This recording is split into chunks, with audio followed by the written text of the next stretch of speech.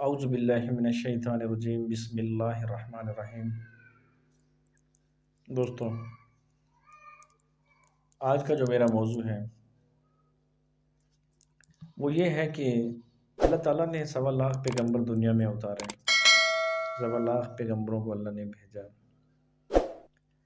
ان کو بھیجنے کا مقصد صرف ایک ہی تھا کہ میری اللہ کی پہچان کراؤں، اللہ کا تعارف کراؤں کہ اللہ وحدہ لا شریک ہے، ایک ذات ہے جو 7 آسمانوں کے اوپر بیٹھی ہے، جس کا عرش ہے، جو ہم سے امتحانات لے رہا ہے اور ہمیں اس دنیا میں بھیجا ہے ایک امتحان کے اندر۔ اس میں ہم نے کامیاب ہونا ہے یا ناکام ہونا ہے، اللہ کو راضی کرنا ہے یا ناراض کرنا ہے، کس مقصد کے لیے؟ اور اس چھوٹی سی زندگی کے اندر انسان اپنی پیدائش پہ ہی غور کر لے تو وہ سب کچھ بھولا سکتا ہے کہ اللہ نے مجھے کس نطفے سے پیدا کیا ہے اور کیسے پیدا کیا ہے، میری پیدائش ہے وہ کیسے ہوئی ہے۔ تو پھر اس انسان کے اندر غرور اور تکبر کس بات کا بھائی؟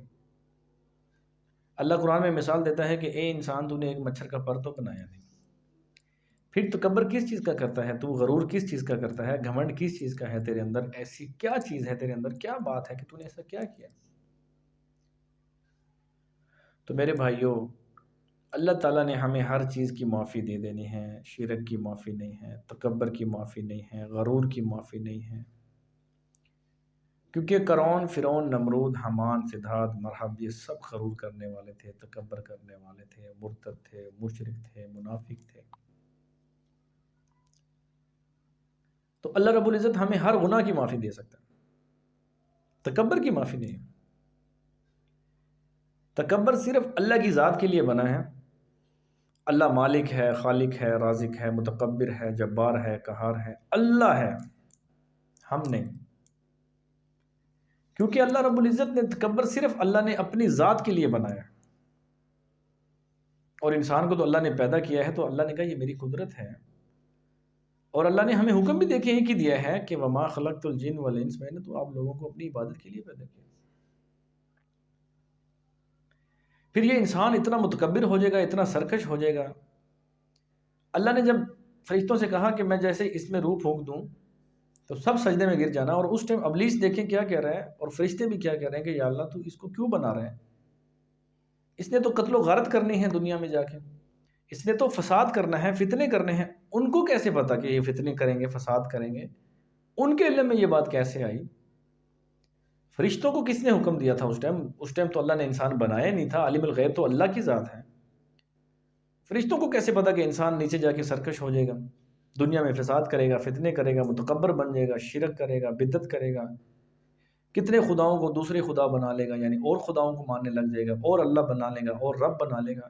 حالانکہ اللہ کہتا ہے کہ جو میں جانتا ہوں وہ تم نہیں جانتے۔ اللہ نے فرشتوں سے کہا کہ جو میں جانتا ہوں وہ تم نہیں جانتے، لہٰذا میں جیسے کہوں ویسے کرو۔ اللہ نے ابلیس کو حکم دیا کہ میرے علاوہ کسی کو سجدہ نہیں کرنا۔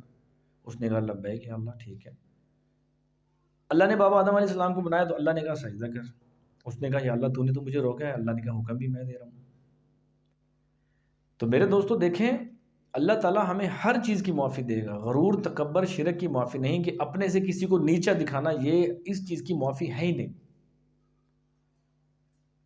اللہ تعالیٰ نے کہہ دیا کہ میں نے سارے مسلمانوں کو ایک جیسا بنایا ہے، تم سب آپس میں بھائی ہو، ایک دوسرے کے دوست ہو، بھائی ہو، دشمن نہیں ہو۔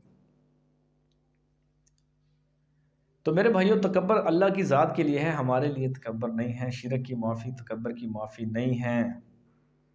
ابلیس جنت سے کیوں نکالا گیا تھا؟ کہ اس نے کہا کہ میں اور اسے سجدہ کروں، یہ مٹی ہے جو نیچے ہے، میں نار، آگ سے بنا ہوں جو اوپر آسمان پہ جاتی ہے، اوپر کی طرف جاتی جائے۔ یہ اس کی میں تھی اور تکبر تھا۔ اللہ نے کہا نیچے اتر جنت سے۔ اس ٹائم اللہ کی حجت بھی پہلی تھی، منکر بھی پہلا تھا، یعنی بابا آدم علیہ السلام بھی پہلے انسان تھے اور ابلیس پہلا منکر تھا۔ حجت بھی پہلی، منکر بھی پہلا۔ تو اللہ تعالیٰ سے ابلیس نے کہا کہ جو میں نے عبادت کی ہے اس کا صلہ تو دے، اگر تو مجھے سزا دے رہا ہے تو مجھے میری عبادت کا صلہ تو دے۔ اللہ نے کہا مانگ جو مانگتا ہے۔ اللہ نے سارے اس کی عبادت کے صلے اس کے منہ پہ مارے اور اسے کہا جنت سے اتر۔ اگر اللہ اسے معاف کر دیتا تو روز قیامت پتہ نہیں کتنے ہوں گے جو نمازوں کے سر پہ ٹوکرے اٹھا اٹھا کے آ جائیں گے اور اللہ سے کہیں گے اللہ ہمیں بھی معاف کر دے، تو اللہ نے کہا نہیں، آج تیری عبادت تیرے منہ پہ مار کے تجھے بتا رہا ہوں اور آنے والوں کو بتا رہا ہوں کہ میں اپنے منکروں کو برداشت کر لوں گا، میری جو حجت ہے ان کے جو منکر ہوں گے ان کو برداشت نہیں کروں گا، کیونکہ اللہ کی حجت جو ہے اللہ تعالیٰ اسے معاف نہیں کریں گے۔ بابا آدم علیہ السلام اللہ کی حجت تھی، اللہ کا مقصد تھا، اللہ کا ارادہ تھا، تو ابلیس نے آدم علیہ السلام کو سجدے سے منع انکار کیا تھا کہ اللہ میں تو اسے سجدہ نہیں کرتا، اللہ نے کہا جنت سے اتر۔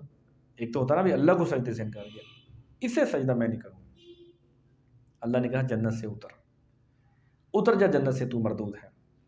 تو میرے بھائی تکبر جیسی جو بیماری ہے اللہ ہمیں اس سے بچنے کی توفیق عطا فرمائے۔ تکبر کی معافی نہیں ہے، نہیں ہے، نہیں ہے، تو اے انسان تو کس لیے سرکش ہوتا ہے؟ تیرے اندر کیا ہے ایسا؟ تو نے اپنے آپ کو دیکھا نہیں؟ اپنے آپ کے اوپر غور و فکر کر۔ جب تو پیدا ہوا، جب تو ہاتھ اٹھانے کے لائق نہیں تھا، بولنے کے لائق نہیں تھا، یہاں سے وہاں جانے کے لائق نہیں تھا، جب بھی تو کسی کا محتاج تھا دنیا میں آیا، جب دنیا سے جائے گا جب بھی تو کسی کا محتاج ہے، تو پھر تکبر کس چیز کا کرتا ہے؟ جب تو مر جائے گا تو نہ تیرے اندر انگلی اٹھانے کی طاقت، نہ ادھر سے ادھر ہونے کی طاقت، تو ننگا ہے یا کیسا ہے، تیرے اندر یہ بھی طاقت نہیں ہے، تیری شرمگاہ ڈھکی ہے، چھپی ہے، کیسی ہے، تیرے اندر یہ بھی طاقت نہیں ہے۔ جب تو دنیا کے اندر آیا، دنیا میں جب پیدا ہو کے آیا، تیرے ہاتھ اٹھانے کی ہمت تیرے میں نہیں تھی، اس ٹائم بھی تیرے اندر کوئی طاقت اور قوت نہیں تھی، جب دنیا سے جا رہا ہے جب بھی تیرے اندر قوت اور طاقت نہیں ہے، یہ تو تیری زندگی ہے۔ پھر اس میں تکبر کس چیز کا بھی؟ اس میں کون سی تو نے ایسا کیا بنایا ہے جو تو متکبر بن گیا ہے؟ تکبر کی معافی نہیں ہے، شرک کی معافی نہیں ہے، قوم قبیلے ذات پہچان یہ اللہ نے پہچان بنائی ہے بھائی، میں بڑا وہ چھوٹا میں بڑا، یہ چیزیں یہیں رہ جانی ہیں، یہ تکبر ہے، اس کی معافی نہیں ہے، کیونکہ متکبر جو لوگ ہیں ان کے لیے اللہ نے جہنم میں خاص جگہ بنا رکھی ہے۔ شرک کی معافی نہیں ہے، غرور کی معافی نہیں، تکبر کی معافی نہیں، گھمنڈ کی معافی نہیں، اللہ نے ہمیں